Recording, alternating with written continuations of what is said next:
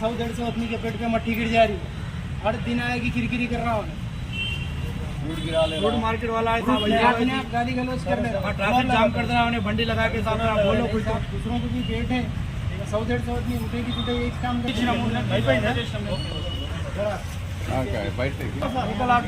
local auto stand new bus stand आप लोगों से रिक्वेस्ट है, मेहरबानी करके अगर